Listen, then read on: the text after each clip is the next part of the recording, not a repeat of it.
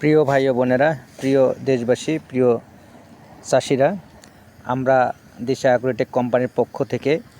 আমরা জৈব কম্পোস্ট এবং টাইকো কম্পোস্ট আমরা প্রতিনিয়ত একটি কম্পোস্ট সারকে উন্নত মানের এবং মাটির উর্বর শক্তি করার জন্য, মাটির প্রাণ ফেরানোর জন্য এবং উন্নত ফসলের জন্য এবং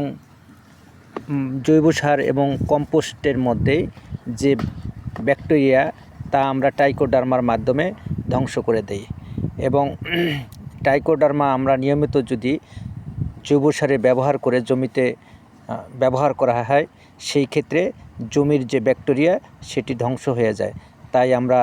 জৈব সারকে প্রাধান্য দেই এবং উৎপাদনের জন্য প্রাধান্য দেই এবং অধিক ফসলের জন্য